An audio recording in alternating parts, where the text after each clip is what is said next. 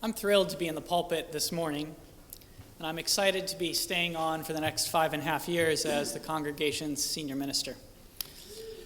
I'm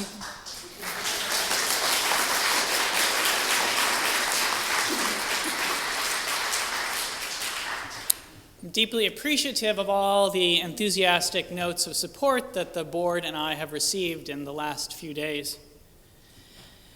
I'm also aware that there are a few of you who might not be keen on the news that I'll be staying, or that you're concerned about the process that the board used to hire me. If you feel that way, I hope that you'll attend this afternoon's congregational town hall or come to share your concerns with me or with the board, especially board president Colin. I'm your minister, and this is your religious community. And while I'm here, whether you're excited about me staying or not, I'll do the best I can to meet your spiritual needs and to serve all the members of the congregation, as the board will continue to do its best to democratically govern First Houston. I believe that our time together will be an opportunity to develop a powerful shared ministry that is devoted to building a compassion-filled, beloved community and confronting the urgent tasks of the era. These, I've suggested in the past, are dismantling white supremacy, revitalizing democracy, and addressing the climate emergency. The next several years will be some of the most crucial in human history. They will determine whether we, as a human species, address the causes of global warming. We will choose our collective legacy. It will either be one that provides our children with a vibrant and sustainable future, or set a calamitous path forward. The fate of Unitarian Universalism in the next few years will be determined by whether or not we live up to our commitment to be a relevant religion. We will thrive if communities like First Unitarian Universalists equip people with the spiritual and religious tools to confront society's challenges and adjust to its changes. We will fade if we do not. While we answer the question of whether or not we will be a relevant religion on a grand scale, we will also have to continue to answer it on an individual, personal level. No matter what happens, in the midst of all of the world's changes, some things will remain the same. The cycle of life and death, birth and aging will continue. The earth will orbit the sun as it always has. The moon will bring tides to water, and people will need to find meaning in the rich mess of our lives. They will ask questions about the meaning of life and the power of love. First Unitarian Universalists' challenge over the next years will be this: can we be a religious community that is relevant to the great crises of the hour, while at the same time providing a spiritual home for people throughout all the days of their lives? I think we can, and so I think that the brightest days of Unitarian Universalism and this congregation are ahead of us. I look forward to seeing how it all unfolds, and because I believe this, I'm very excited to be serving as your developmental minister during this period. One of the central missions of a community like ours, devoted to the beloved community and the task of collective liberation, is the cultivation of friendships, the deepening of connections, and the breaking of social isolation. This month in worship, we're exploring friendship as a spiritual practice. Ralph Waldo Emerson argued, "Friendship demands a religious treatment." And all this month, we're attempting to give it one. This morning, I want us to consider one of the most difficult kinds of friendship, friendships between enemies. The friendship between Jakob Tabes and Carl Schmitt was one of these. It must have been one of the strangest, actually, of the 20th century. Tabes was a rabbi and philosopher who taught for years at the Free University of Berlin. And Schmitt was a Nazi. And he was not just any member of the Third Reich. He had been one of the regime's chief legal theorists. After World War II, he remained an unrepentant fascist and bigot, lecturing in fascist Spain and refusing all efforts at denazification. Taubes knew all of this. He and Schmidt met after the war. Taubes survived the Holocaust because he and his family moved to Switzerland.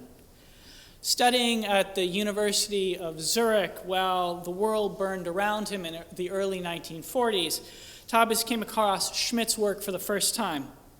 It inspired him in his own scholarship, and he took a line of argument that was controversial enough that it earned Taubes scorn from the professor with whom he was studying. He was taken to task for the reading of the work of an evil man and told that his own argument was monstrous and unidimensional. His professor's response caused him to question whether he even had a future in the academy. Following the war, Taubes found himself in Jerusalem on a research fellowship at Hebrew University. And there he encountered Schmidt's work again when he discovered that Israel's Prime Minister of Justice had taken an interest in it. Now, this was immediately after the founding of the State of Israel. Much of Jerusalem was under the supervision of the United Nations. For reasons that are unclear to me, the library of Hebrew University was locked up in Mount Scorpus outside of the city under armed guards. These guards changed every 2 weeks, and Taubes recalls that contrary to the terms of the truce, if you wanted a book, you had to get the guards who came back and forth from the city to fill their trousers and bags with books and bring them to the library with labels marked urgent. The Minister of Justice, it turned out, had urgently needed one of Schmidt's books. He wanted to consult it in his efforts to write a constitution for Israel, a document which incidentally continues to not exist.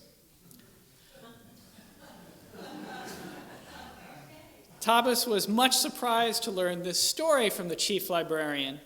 When he took out the book when the minister returned it, refamiliarized himself with Schmidt, and again began to consider the connection between his own intellectual work and Schmidt's.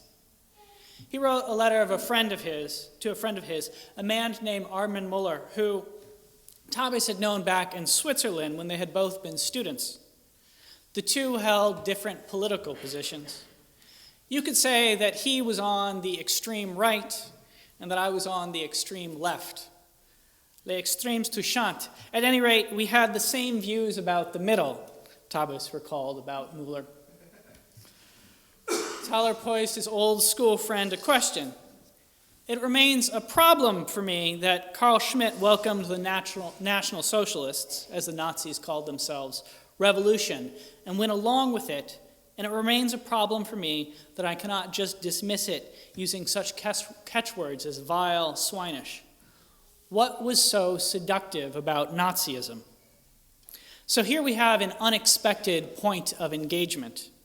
Taubes, a self-described arch-Jew, appealing to his friend, the Goyish, which is to say non-Jewish arch-conservative, with a query of interest about a lethal enemy. He wanted to know the answer to a question that perplexes many of us today. How is it that intelligent, even brilliant people can devote themselves to ideologies or ideas and political movements that seem so obviously evil to us? I suspect that many of you have asked such questions about scholars, intellectuals, public figures, journalists, neighbors, friends, clergy, business executives, and family members that you respect. I know I have. More than once in my life, I found myself struggling to understand how someone who was obviously intelligent could subscribe to such odious ideologies. I often find myself wondering this about climate change deniers, especially now that Australia is burning and we are experiencing some of the warmest and weirdest weather on record, and that the scientific consensus that climate change is caused by human activity is growing. Back in September, many of us participated in the global climate strike. We turned out about 75 people from the congregation for the event organized by local youth and the advocacy group 350.org. Some of you might remember that in support of the climate strike, I published an op-ed in the Houston Chronicle. You probably don't know that the next day I got a call from someone named Dr. Neil Frank. He urgently wanted to talk with me. He wanted to clarify some things for me about climate change. Now, I'm relatively new to Houston. I had no idea who Dr. Neil Frank is. So I asked John Naylor, who is one of my sources of knowledge about all things Houstonian. Neil Frank, John told me, is the much beloved retired weatherman of the local CBS affiliate, KHOU. He's also the former director of the National Hurricane Center. So I asked John to set up a meeting for us. And so Dr. Frank came by my office one afternoon and tried to convince me that the changes in the climate we are now experiencing are driven by something other than human action. It was a fascinating conversation. Dr. Frank has a PhD in meteorology. His goal, it became clear, was to convince me that everything I thought about the climate crisis was wrong. He admitted that the planet is warming. This, however, he told me, was a result of natural climate cycles. Besides, high CO2 levels, he wanted me to know, were good for plant life, and ultimately nothing to worry about. We had a long, academic, circuitous conversation about the role of peer review in research.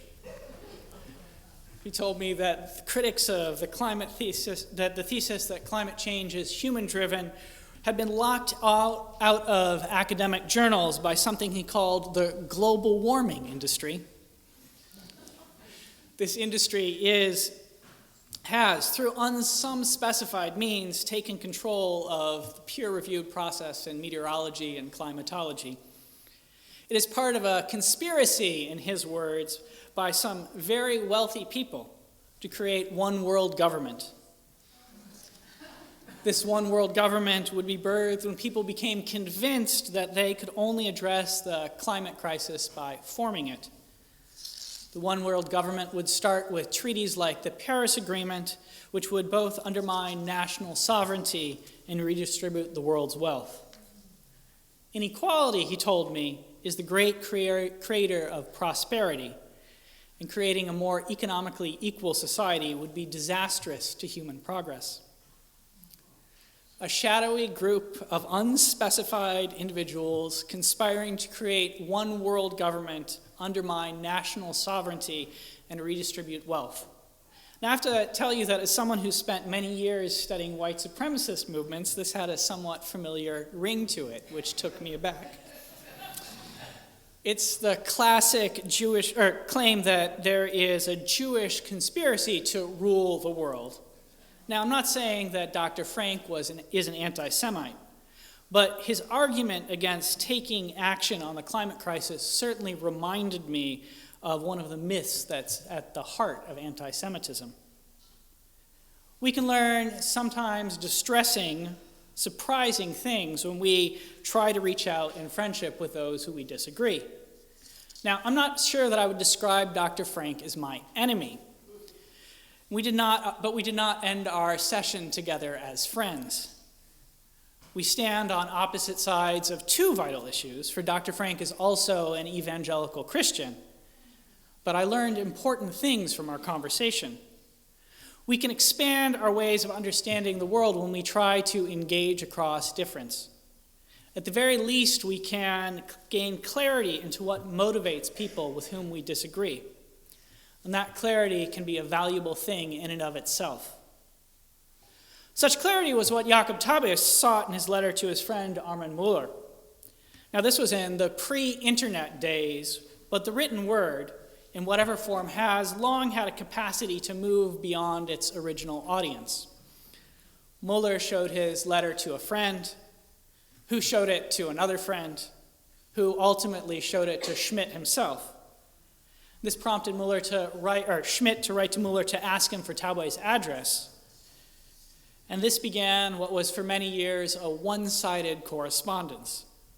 Schmidt would send Taubes inscribed copies of his books and the texts of his articles, and Taubes would not answer the letters. Taubes' refusal to respond to Schmidt did not prevent the rumors from circulating that the two men were friends.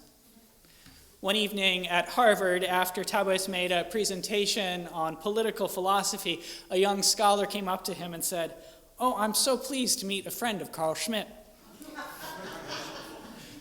Taubes responded, "Me? Friend of Carl Schmitt? Never seen him and don't even want to meet him." The young scholar replied, "But I know of your letter to Carl Schmitt." "Me? A letter? Never wrote one, don't even know where he lives," was Taubes' retort. "But I read it," the young scholar insisted. It turned out that the letter, of course, had been the one that Taubes had sent to his friend Muller and had somehow been transmuted through the grapevine into a letter directly to Schmidt. Taubes still refused to meet the unrepentant Nazi. But his friends throughout the academy started pushing him to do so. Yet even when he was in the same neighborhood that Schmidt lived in, he would not drop by with so much as a card. One famous philosopher finally wrote Taubes, taking him to task for his insistence that he would never meet with Schmidt. "Put a stop once and all for this. How did he say that? As if everything were a tribunal for you. And Schmidt, you're all the same. What's the point?" Taubes finally concluded, "Listen, Jakob, you're not the judge. As a Jew especially, you're not the judge. I know about the Nazi period. You're not the judge because as a Jew you were not party to the temptation." He decided that because there had never been a possibility of him becoming a Nazi, for such a possibility is foreclosed to Jews, he could only attempt to understand Schmidt's decision to become an anti-Semite by engaging with him directly. And so he finally went to visit Schmidt. The two men had, in Taubes' words, the most violent discussion I have ever had in the German language. And Schmidt showed Taubes documents that made my hair stand on end, documents that he still defended. Years later, Taubes said, "I really cannot bear to even think about it." Schmidt, Taubes realized, was primarily motivated from a fear that society around him would collapse and that dangerous change would come. He wanted to hold on to the present as it was. Schmidt was furthermore a lawyer and feared more than anything disorder. And he came to understand that law, however, was not based on some abstract sense of principles. It came from a strong state and a strong ruler. Without such a structure to support it, Schmidt thought the law would become meaningless. And so his support for the Nazi regime came because he believed in a time of chaos, which is what the world was in the 1930s, liberals and moderates were unable to ensure that law and order remained. During the course of their conversation, Taubes came to understand Schmidt, and in doing so, something about the why people can come to defend the indefensible. Taubes even decided that he was willing to call Schmidt his friend. Now, this was not an insignificant statement on two levels. First and foremost, the friendship between a Jew and a Nazi is not without a little controversy. I suspect that a few of you might even think it's controversial that I'm up here talking about it. For after all, Schmidt and Taubes were, in Taubes' words, opponents to the death. But second, one of Schmidt's primary contributions to philosophy is the claim that politics begins with the division of the world into friends and enemies. In politics, we struggle in solidarity with those who are friends, individuals who share with us a common interest or identity, against those who are enemies, individuals that oppose our interest or our identity. Politics, he believed, was primarily the making of this distinction between friends and enemies. By naming Schmidt as his friend, Taubes was in some sense undermining his entire political project. He was calling into question the kind of politics that he practiced. The political projects of people like Schmidt requires that we divide the world into friends and enemies. In such a world, politics is not necessarily a domain separate from the rest of our lives. It occurs anytime we decide we must divide the world into opposing groups and then struggle for dominance, one group over the other. Certainly, that is what is happening today. We live in a moment of sharp political division. For many of us, political identity has divided our country into friends and enemies. Politicians seek to block legislation not on the basis of its policy implications, but rather from the fear that it will allow political enemies to score points with the electorate. Democrats do not trust Republicans. Republicans do not trust Democrats. Perhaps the first step out of such an impasse is simply trying to understand what motivates each other. We might find ourselves disturbed or surprised. We might discover that our motivations are irreconcilable. I'm not going to become a climate crisis denier based on the idea that there's a global warming institution conspiring to create one world government. But it might be that we discover surprising bases for connection. Schmidt found that Tabe shared with him a common devotion to scholarship and that the two men could then understand each other. Maybe it's not enough to heal the world of political division, but it might well disrupt such divisions. Dr. Frank and I did not end our conversation as friends, but I gained a clear understanding of a crucial issue from him. And we spoke to each other despite our differences, just as Tabe and Schmidt finally did. In her poem, Who Said It Was Simple, Audre Lorde reminds us that in the world of politics, nothing is simple.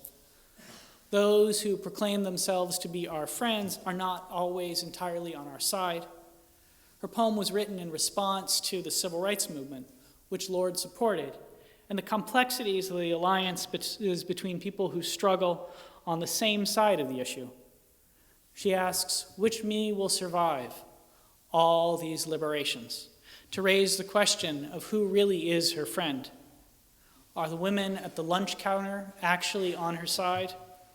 Or are they serving some other kind of interest, one which she fears will ultimately destroy her? Lorde's question prompted her to consider the power of difference in the struggle for justice. Like Tabe, she ultimately rejected the friend-enemy distinction, instead coming to see that it is our differences that make us who we are.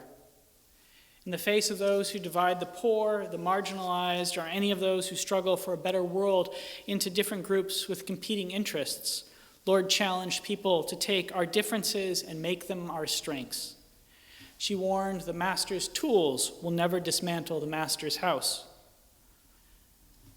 Philosopher Hannah Arendt urged us also to converse across difference. She said, we humanize what is going on in the world and in ourselves only by speaking of it. And in the course of speaking of it, we learn to be human. Tabe learned something of Schmidt's humanity through their discourse. In some way, he overcame Schmidt's most deeply held bigotry, his anti-Semitism, by his conversation. Schmidt decided that Tabe, despite being his supposed arch-enemy, understood him more fully than any other scholar and any other person did. Key amongst the master's tools that will not save us, Lorde knew, was the division of the world into friend and into enemy. The simple act of seeking to converse across differences can help us to subvert this division. It's not easy. Sometimes in the heat of conflict, it is impossible. And yet breaking down the divisions between friends and enemies might be the only thing that can ultimately save us, the human species, from the destruction we are wreaking upon this planet and upon each other. The truth that the climate crisis teaches us is that we are all, friends or enemies, truly in this together. And so my challenge to us this morning is this. Let us seek out dialogue across difference, not seeking, as so often is the case, to argue with our enemies, but to understand them so that we might try to understand our own friends. For it is ultimately by understanding what divides us that we might learn what we need to come together, be a human family together, living at a crucial hour. That it might be so, I invite the congregation to say, Amen. Amen.